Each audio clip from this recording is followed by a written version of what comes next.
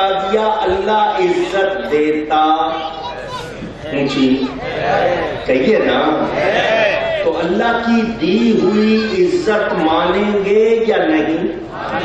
قرآن کی ایک آیت کہتی ہے عزت ساری کی ساری اللہ کے لیے، دوسری آیت کہتی ہے اللہ عزت دیتا ہے۔ اسی قرآن سے پوچھو یا اللہ جن کو عزت دیتا ہے وہ ہے کون؟ تو قرآن کہتا ہے وَلِلَّهِ الْعِزَّةُ، اور عزت اللہ کے لیے، کس کے لیے؟ وَلِرَسُولِهِ، اور اس کے رسول کے لیے، وَلِلْمُؤْمِنِينَ، اور ایمان والوں کے لیے۔ ساتھ ہی فرمایا وَلَٰكِنَّ الْمُنَافِقِينَ لَا يَعْلَمُونَ، لیکن منافق جانتے اونچی، اللہ فرماتا ہے منافق جانتے نہیں اور آپ کہتے ہیں وہ عالم ہے۔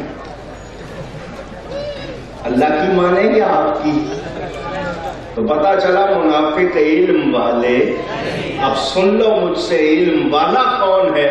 علم والا وہ ہے جو نبی کی عزت کو پہچانے، جو نبی کی عزت نہیں پہچانتا وہ کچھ بھی ہو جائے علم والا نہیں۔ آئی سمجھ؟ میں ساری آیتیں نہیں صرف جھلک دکھا رہا ہوں۔ تو اب عزت اللہ کے لیے، اللہ عزت دیتا ہے، عزت اللہ کے لیے، اس کے رسول کے لیے، ایمان والوں کے لیے۔ تو اللہ کی دی ہوئی عزت ماننا غلط نہیں ہوگا۔ اللہ تعالیٰ بے عیب ہے خود سے، نبی کو اس نے بے عیب بنایا ہے، نبی کو اس نے بے عیب۔ اللہ کا دیا ہوا کمال مانیں گے یا نہیں مانیں گے؟ نہیں، یہ میرا عقیدہ نہیں ہے۔ یہاں اسٹیج پر بیٹھے ہوئے علماء کا یا 14ویں 13ویں 12ویں 11ویں 10ویں صدی کے کسی امام کا عقیدہ نہیں۔ صحابی خود نبی کے سامنے کہتے ہیں خلقت مبرأ من کل عیب کأنک قد خلقت کما تشاء، حضور آپ ہر عیب سے پاک پیدا ہوئے، ہر عیب سے۔ آپ کو ایک بات اور سنا دوں، شاید کبھی نہ سنی ہو۔ میں جو کچھ بول رہا ہوں آپ اس کو کیا کہتے ہیں؟ تقریر کرنا۔ کیا کہتے ہیں؟ یہ آپ کی زبان میں ہے، عربی میں تقریر کے معنی چپ ہونے کے، آپ کو شاید معلوم نہیں۔ حضور صلی اللہ علیہ وسلم کے سامنے کوئی بات کی جائے، حضور اس پر نکیر نہ فرمائے، انکار نہ فرمائے، چپ رہیں، تو اس کو حدیث تقریری کہتے ہیں۔ کیا کہتے ہیں؟ حضور اس پر خاموش رہے، منع نہ فرمائے، نہیں بھئی کوئی ایسی بات کہ یہ غلط کہہ رہے ہو ٹھیک کرو، نہیں، حضور خاموش ہے تو اس کو بات کو کیا کہیں گے؟ صحابی کہہ رہے ہیں حضور اللہ نے آپ کو ہر عیب سے پاک پیدا کیا، آپ ہر عیب سے پاک پیدا ہوئے، حضور کچھ انکار نہیں فرما رہے، یہ حدیث تقریری۔ پتہ چل گیا کہ اے صحابی تیرا عقیدہ غلط نہیں، تو صحابی کا بھی یہی کہنا ہے نبی ہر عیب سے اونچی۔ آج کل کے علماء کہلانے والوں کو یہ بات سمجھ میں نہیں آئی، ان کے بڑے کو سمجھ آ گئی۔ اس کا نام ابو جہل، اصل نام اس کا عمر بن ہشام، اپنے آپ کو ابو الحکم کہتا تھا، دانائی والا۔ حضور نے فرمایا یہ دانائی والا نہیں، یہ جہالت والا، یہ ابو جہل ہے۔ کون ہے یہ؟ ابو جہل، جہالت والا۔ اس نے ایک دن اپنی ساری پارٹی کو جمع کیا، وہ ساتھیوں، دوستوں، سنگیوں، بیلیوں، ادھر آؤ۔ کہنے لگے کیا بات ہے چاچا؟ کہنے لگا یہ نبی سچ کہتا ہے، تم بڑے بے وقوف ہو۔ وہ ساتھی بڑے پریشان ہو گئے، آج تو نبی کی تعریف کیوں کر رہا ہے؟ کیا بات ہے؟ ہم کیسے بے وقوف ہو گئے؟ اس نے کہا تم اس کو محمد بھی کہتے ہو صلی اللہ علیہ وسلم، پھر اس کی برائی کرتے ہو۔ ارے جو محمد ہوتا ہے اس میں تو برائی ہوتی نہیں۔ کون کہہ رہا ہے؟ ابو جہل، ساتھیوں سے۔ اس کو محمد صلی اللہ علیہ وسلم بھی کہتے ہو اور پھر اس کی برائی کرتے ہو، تو جو محمد ہو صلی اللہ علیہ وسلم اس میں برائی ہو سکتی نہیں، تو وہ صحیح کہتا ہے نا، تم بیوقوف ہو۔ ان کا بات تو واقعی ہے، تو پھر کیا کرے؟ تو ابو جہل کہنے لگا یا تو اس کی برائی کرنا چھوڑ دو یا اس کو محمد صلی اللہ علیہ وسلم کہنا چھوڑ دو۔ وہ کہنے لگے برائی تو نہیں چھوڑ سکتے، وہ تو گھٹی میں پڑی ہوئی ہے، وہ تو کرنی ہی کرنی ہے۔ تو اس نے کہا پھر ان کا نام نہ لو۔ تو کہنے لگے اگر ایسا کہیں گے وہ ایسا ہے وہ ایسا ہے تو لوگ کیا سمجھیں گے، نام تو لینا پڑے گا۔ انہوں نے اپنی طرف سے پروگرام بنایا، ایک نام سوچا مزمم۔ آپ مذمت کا لفظ سنتے ہیں نا، مذمت کے معنی برائی کرنا، تو مزمم برائی والا۔ انہوں نے باہر نکل کے کہنا شروع کر دیا مزمم ایسا ہے، مزمم ایسا ہے، مزمم ایسا ہے۔ صحابہ نے سنا، حضور صلی اللہ علیہ وسلم کی بارگاہ میں آئے، یا رسول اللہ صلی اللہ علیہ وسلم پہلے تو یہ لوگ نام لیا کرتے تھے، اب یہ مزمم مزمم کرنے لگے۔ میرے آقا نے فرمایا خوش ہو جاؤ، یہ میرا نام لے کر برائی کرتے تھے، میرے رب کو پسند نہیں تھا، اللہ نے میرے نام سے برائی کو دور کر دیا۔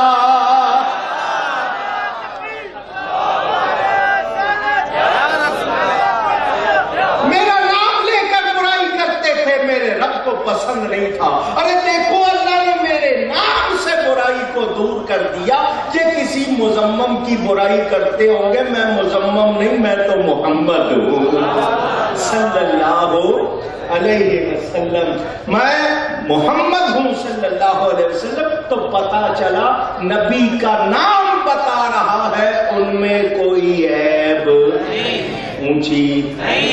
اچھا دھیان سے سنیں، میں بہت سادی باتیں کروں گا۔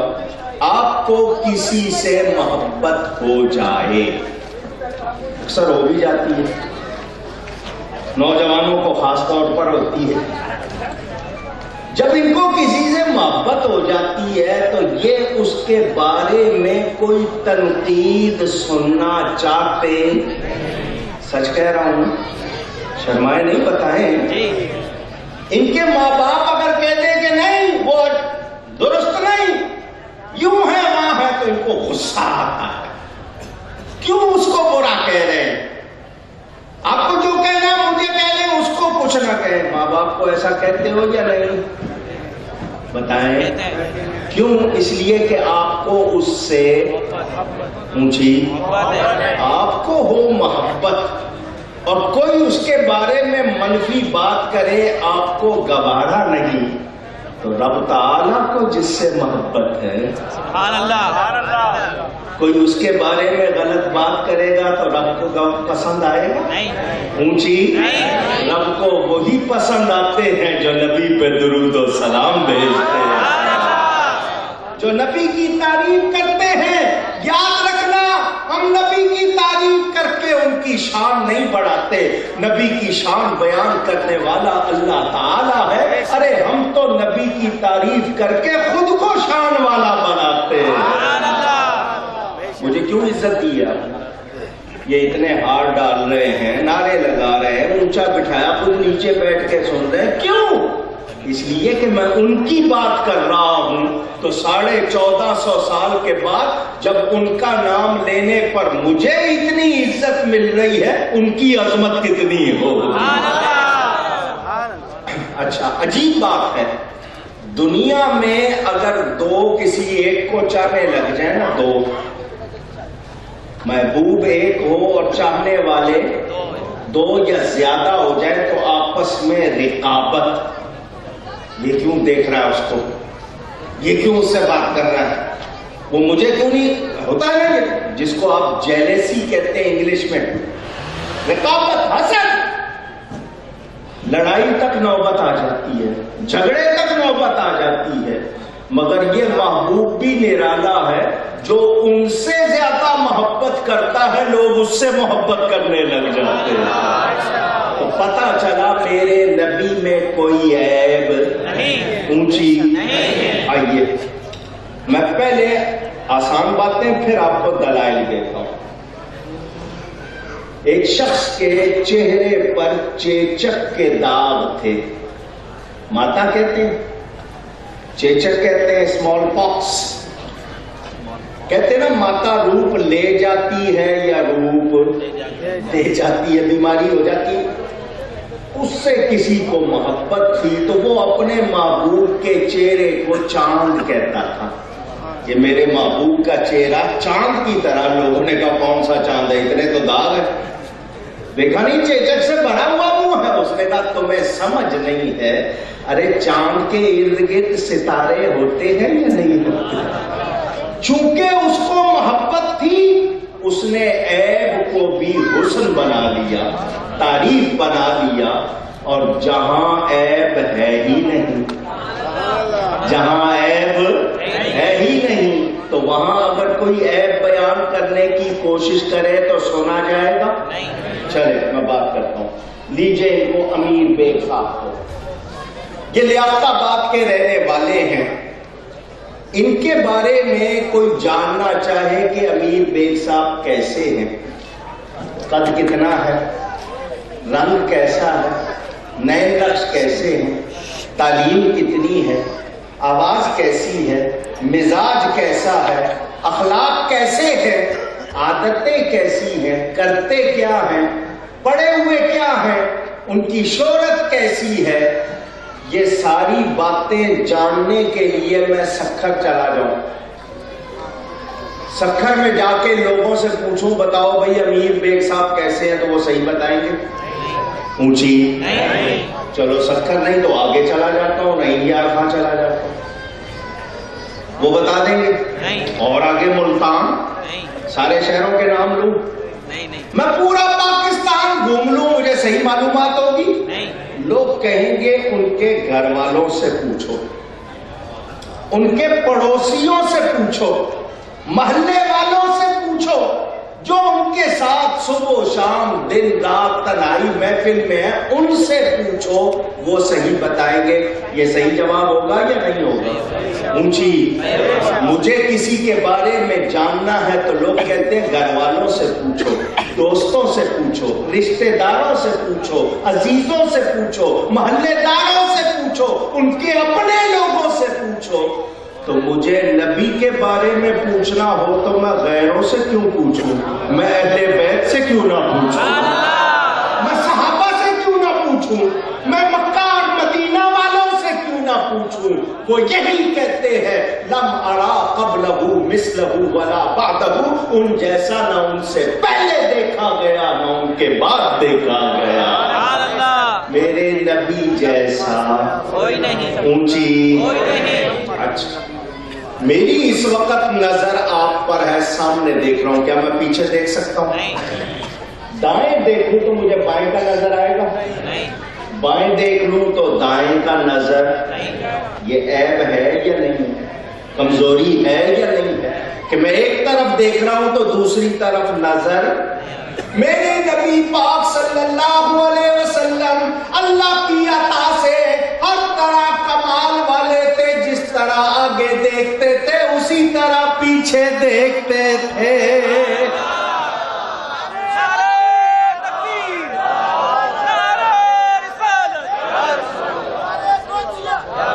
آئیے حدیث سناتا ہوں, صحیح حدیث. یہ نہیں کہ کوئی ضعیف ایمان والا اس کو ضعیف کہہ دے. اور سن لیں, ضعیف حدیث کا مطلب غلط حدیث نہیں ہوتا. یاد کر لیں, ضعیف حدیث کا مطلب غلط حدیث, ضعیف کا مطلب ضعف کمزوری بتانے والے میں جو بیان کر رہا ہے اس کے نام میں شبہ ہو جائے. ایک نام کے دو آدمی ہیں, پتہ نہیں یہ کون سا والا ہے, اس طرح شبہ ہو جائے سند میں, اس کو ضعیف کہتے ہیں. حدیث کا متن ضعیف نہیں ہوتا, راوی کے بارے میں یہ بات ہوتی ہے. اور فضائل میں وعید کے حوالے سے ضعیف حدیث کو سب قبول کرتے ہیں، مگر میں جو سنا رہا ہوں وہ صحیح حدیث ہے۔ حضور صلی اللہ علیہ وسلم نماز پڑھا رہے ہیں، نماز پڑھانے کے بعد فرمایا واللہ لا یخفی علی رکوعکم ولا خشوعکم، میں اللہ کی قسم اٹھا کر کہتا ہوں تمہارا رکوع اور خشوع مجھ سے چھپا ہوا نہیں۔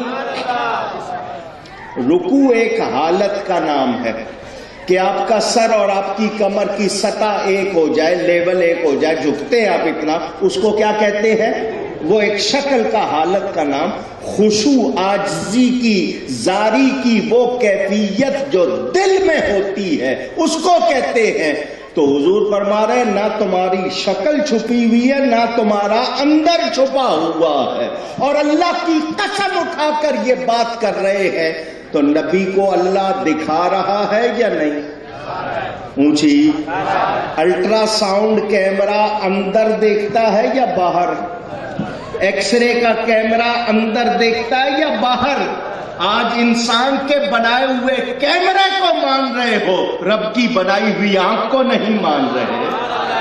سوچنے کی بات ہے، سائنس بنا دے، مٹی سے بنتا ہے پاؤڈر، اس پاؤڈر میں کیمیکل ڈال کے اجزا لینس بناتے ہیں، وہ کیمرے میں لگا دے، اندر دیکھے، باہر دیکھے، اندھیرے میں دیکھے، دور دیکھے، قریب، وہ مان رہے ہو۔ تو جس کو اللہ نے نبی اور ولی بنایا ہے، اللہ فرماتا ہے اس کی آنکھ میں بن جاتا ہوں۔ حدیث اللہ کا فرمان، حدیث قدسی، اللہ فرماتا ہے جو میرا پیارا ہو جاتا ہے اس کی آنکھ میں بن جاتا ہوں۔ تو جس کو رب کی قوت مل جائے پھر وہ کیسا دیکھتا ہے؟ فرمایا نہ تمہارا رکوع چھپا ہوا نہ خشوع چھپا ہوا۔ حضور دیکھ رہے ہیں یا نہیں دیکھ رہے؟ اٹھائیے، میں حوالے دینے پہ آؤں تو سارے حوالے تھانوی صاحب کے سنا دوں آپ کو۔ حضور صلی اللہ علیہ وسلم تشریف فرما، جنگ موتا پہ لشکر بھیجا، صحابہ گئے ہوئے، اسلام کا لشکر گیا ہوا جہاد کے لیے۔ حضور مدینے میں بیٹھ کے ساری جس کو آپ کی زبان میں کمنٹری کرتے ہیں حضور سنا رہے ہیں۔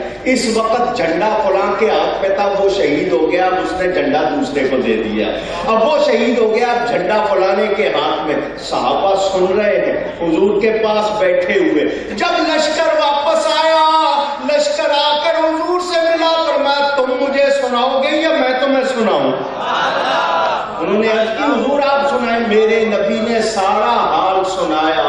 صحابہ کہتے ہیں ہم نے جو کچھ دیکھا تھا اور جو حضور نے بیان کیا اس میں ذرا سا بھی فرق نہیں۔ یہ کون دکھا رہا ہے؟ اونچی۔ تو نبی کی آنکھیں جیسی ہیں کیا میری تمہاری ویسی ہیں؟ اونچی۔ حضور بیٹھے ہیں مدینے میں، کہاں بیٹھے؟ مدینے میں۔ جبریل امین آئے، آپ شب برات میں یہ سنتے ہوں گے۔ آ کر عرض کی حضور ذرا سر اٹھائیے۔ میرے نبی پاک صلی اللہ علیہ وسلم سر اٹھاتے ہوئے اوپر دیکھتے ہیں، دیکھتے ہی فرمایا میں نے دیکھا جنت کے 8 دروازے کھلے ہوئے ہیں۔ جنت میں جانا ہے نا انشاءاللہ۔ کتنے دروازے؟ 8۔ کتنی بڑی ہے جنت؟ اردھا کارد السماوات والارض، اس کی چوڑائی آسمانوں اور زمین کے برابر ہے۔ اتنی ہونی بھی چاہیے تھی اگر لیاقت آباد کے یہ چھوٹے چھوٹے آپ کے اس طرح کے مکانوں کی طرح ہوتی، کیونکہ جنت میں 100 درجے ہیں۔ کتنے؟ تو جو کم درجے کا جنتی اس کو 70 حوریں ملیں گی، تو ایک کمرے میں تو ساری لڑتی رہتی۔ اتنی بڑی جنت ہونی چاہیے۔ تو جب اتنی بڑی جنت تو اس کے دروازے کتنے بڑے ہوں گے؟ آپ نے جنت کے بارے میں اگر میرے بیان سنے ہیں تو میں نے ٹی وی پہ بھی بتایا تھا، جنت کے ایک دروازے کے 2 پٹ، کیواڑ، پلے، جو بھی آپ کہتے ہیں، ایک پلے کی چوڑائی جتنا 40 سال پیدل چلنے میں لگے ہیں۔ اتنی بڑی جنت ہونی بھی چاہیے اس کے دروازے، اور وہ اکٹھے ایک ساتھ نہیں ہے، فاصلے پر ہے۔ حضور مدینے میں بیٹھے ہیں، جنت کتنی دور ہے؟ اگر آپ 8000 سال پیدل چلے تو اتنی دور جنت ہے. میرے آقا مدینے میں بیٹھے سر اٹھاتے ہیں سامنے جنت. تو وہ آقا جو مدینے میں بیٹھے 8000 سال کے فاصلے پر دیکھ رہے ہیں, مدینے سے لیاقت آباد نہیں دیکھ سکتے؟ وہ لوگ جو کہتے ہیں نہیں دیوار کے پیچھے کا علم نہیں, وہ تمہارا کوئی ہوگا, میرے نبی سے تو کو رب نے اپنا آپ نہیں چھپایا. میرے دوستوں اور بزرگوں, ہماری آنکھوں میں عیب ہو سکتا ہے, نبی کی آنکھوں میں عیب نہیں. وہ جس طرح سامنے دیکھتے ہیں اسی طرح. آئیے ایک واقعہ بڑا محبت کا اور سنا دوں. ترمذی شریف صحاح ستہ کی مشہور کتاب, اس میں حدیث موجود. حضور صلی اللہ علیہ وسلم کے صحابی حضرت حذیفہ, سب کہے رضی اللہ تعالی, اپنی ماں سے کہتے ہیں اماں جان مجھے اجازت دیجئے کہ میں مغرب کی نماز اللہ کے پیارے نبی صلی اللہ علیہ وسلم کے ساتھ جا کر ادا کروں, اور تمہارے لیے اور اپنے لیے مغفرت کی دعا کروں. مغفرت کی صحابی کا عقیدہ بخشے جائیں گے تو نبی کی برکت سے, بخشے جائیں گے تو ماں نے اجازت دی. وہ مسجد نبوی آ گئے, مغرب کی نماز حضور صلی اللہ علیہ وسلم کے پیچھے ادا کی.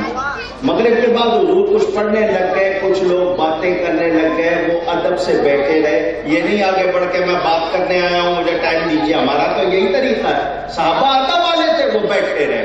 اتنے میں عشاء کا وقت ہو گیا. عشاء کی نماز ہوئی, فرض پڑھا کر نبی پاک صلی اللہ علیہ وسلم مسجد سے نکلے.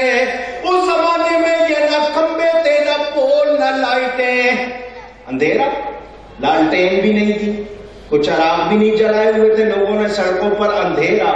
وہ حضور صلی اللہ علیہ وسلم کے پیچھے پیچھے صحابی کہتے ہیں میں بھی چپکے سے چل پڑا. حضور آگے جا رہے, گلی میں اندھیرا, میں پیچھے چپکے سے چل پڑا. میں ابھی تھوڑی ہی دور گیا ہوں گا کہ حضور نے آواز لگائی, اور میرے پیچھے آنے والے کیا تو حذیفہ ہے؟ انت حذیفہ ما حاجتک غفر اللہ لک ولأمک, اور تیری کیا حاجت ہے, اللہ تجھے اور تیری ماں کو بخشے. صحابی کہتے ہیں حضور جو لینے آیا تھا اپنے بن مانگے دے دیا ہے. شاعر ترجمانی کرتا ہے, پہلے جھولی میں ڈال دیتے ہیں, پہلے جھولی میں ڈال دیتے ہیں, اس پہ اذن سوال دیتے ہیں. جھولی بھر کے کہتے ہیں مانگ, کیا مانگتا ہے؟ حضور پیچھے دیکھ رہے ہیں یا نہیں؟ دن کے اجالے میں دیکھ رہے ہیں, رات کے اندھیرے میں, جس طرح قریب دیکھ رہے ہیں دور دیکھ رہے ہیں. نہیں نہیں, سر کی جن آنکھوں سے مخلوق کو دیکھ رہے ہیں انہی آنکھوں سے خالق کو بھی دیکھ رہے ہیں. ان میں کوئی عیب ہے اونچی؟ اچھا, میں اور آپ سو کے اٹھے نا تو چہرہ جیسا ہوتا ہے, آپ کے اپنے بچے ڈر جاتے ہوں گے, بالوں کا کیا حال ہو جاتا ہے چہرے پہ. حضور صلی اللہ علیہ وسلم نیند فرما کے اٹھتے اور زیادہ حسین لگتے تھے. بڑے روایتیں موجود ہیں. میرے آپ کے پسینہ آ جائے تو ہم سے خود بھی برداشت نہ ہو. ہر ایک کے پسینے میں یہ کیفیت نہیں ہے, بعضوں کا تیزابیت ہوتی ہے, دوسرا آدمی پریشان ہو جاتا ہے. میرے نبی پاک کے پسینے کی کیا حالت, جس گلی میں گزر جاتے تھے وہ گلی مہک جاتی تھی. صحابہ کو پوچھنا ہوتا تھا نا حضور کدھر گئے, تو خوشبو سے معلوم کر لیتے تھے. ہمارا یہ حال ہے اونچی. چلے میں اور بات کرتا ہوں. کسی کی بیوی سے پوچھ لیا جائے تیرا شوہر کیسا ہے اور تیرے ساتھ کیسا ہے, کم ہی ہیں جو شکر کریں گی, پٹارا کھول دیں گی. جو اللہ ماشاءاللہ سب کا ایک جیسا نہیں. ارے میں کیا بتاؤں, میری تو قسمت پھوٹ گئی, میں تو اپنے گھر میں اچھی تھی. اس کی تو ادائیں نہیں ہے، پتہ ہی نہیں. ایسی اکثر باتیں ناشکری کی زیادہ آپ کو سننے کی ملیں گی. ہمارا یہ حال ہے. حضور صلی اللہ علیہ وسلم کے بارے میں جس سے پوچھو وہ یہی کہتے ہیں ان جیسا کوئی اور اونچی. اعلیٰ حضرت سچ کہتے ہیں سب سے اولا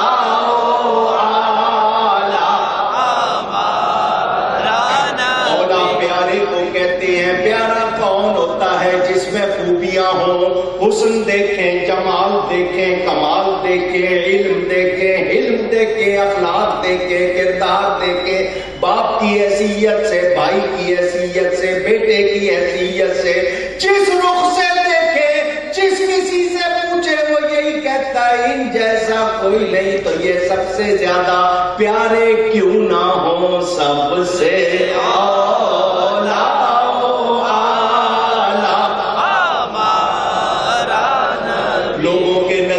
حسن کا معیار الگ. کوئی رنگ کو پسند کرتا ہے، کوئی نئے نقش کو پسند کرتا ہے، کوئی آواز کو پسند کرتا ہے، کوئی مزاج کو، کوئی اخلاق کو، کوئی بہادری کو، کوئی علم کو، کوئی طاقت کو. میرے نبی کو جس رخ سے دیکھو وہ بے مثل بے مثال نظر آتے ہیں. سب سے اولا جو مانتا ہے، جس کی عقیدت گواہی دے کہے سب سے اولا. اولا پیارے کو کہتے ہیں، اعلیٰ اچھے کو، بلند کو کہتے ہیں. میرے نبی کتنے بلند ہیں، سارے اونچوں سے اونچا سمجھیے جسے ہے اس اونچے سے اونچا. کراچی والے کہتے ہیں بینک کی عمارت سب سے اونچی، کوئی کہتا ہے میری مسجد کا مینار اونچا، کوئی کہتا ہے فلانی بلڈنگ اونچی. دنیا کی بلڈنگیں، دنیا کے مینار، دنیا کے برج کوئی 1000 میٹر سے زیادہ نہیں ہے. 1000 میٹر تک بلند. دنیا میں آپ کہیں گے جہاز اس سے بلند چلے جاتے ہیں، راکٹ اس سے بلند چلے جاتے ہیں، آسمان اس سے بلند، چاند تارے سورج بلند. میں کہتا ہوں کوئی کس کو بلند کہتا ہے، کوئی کس کو. ذرا معراج کی رات دیکھیے، 7 زمینیں نیچے، 7 زمینوں میں رہنے والی مخلوق نیچے، کعبۃ اللہ نیچے، حجر اسود نیچے، مقام ابراہیم نیچے، مینا مزدلفہ عرفات نیچے، صفا مروہ نیچے، ہوائیں نیچے، فضائیں نیچے. نہیں 7 آسمان نیچے، 7 آسمانوں میں رہنے والی مخلوق نیچے، جنت نیچے، جنت میں رہنے والی مخلوق نیچے، سدرۃ المنتہا جبریل کا مقام وہ نیچے، اللہ کے عرش کے آگے لاکھوں حجابات وہ نیچے، یہاں تک کہ خدا کا عرش نیچے اور مصطفیٰ کے قدم اونچے. سب سے اولا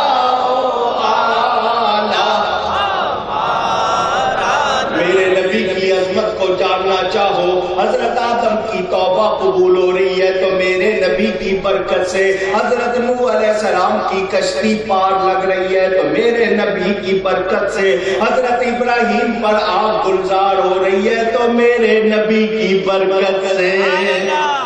میں اپنی طرف سے نہیں جوڑ کے کہہ رہا ہوں. اٹھائیں امام قاضی ایاز کی شفا شریف اٹھا کے دیکھ لے.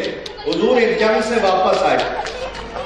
حضور صلی اللہ علیہ وسلم کے چچا، پیارے چچا ابو الفضل سیدنا عباس بن عبد المطلب رضی اللہ عنہما کہنے لگے حضور میں نے ایک نعت لکھی ہے سناؤں.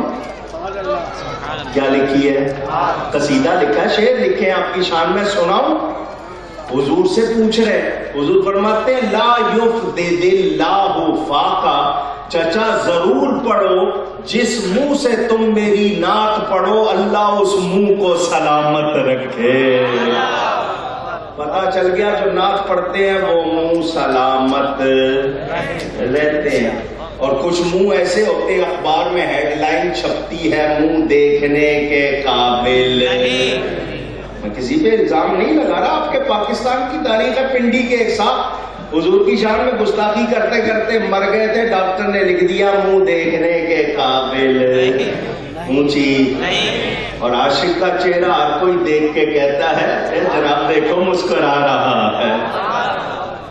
کیونکہ کل نفس کہیے ذائقۃ الموت، ہر نفس نے موت کا کہیے نا.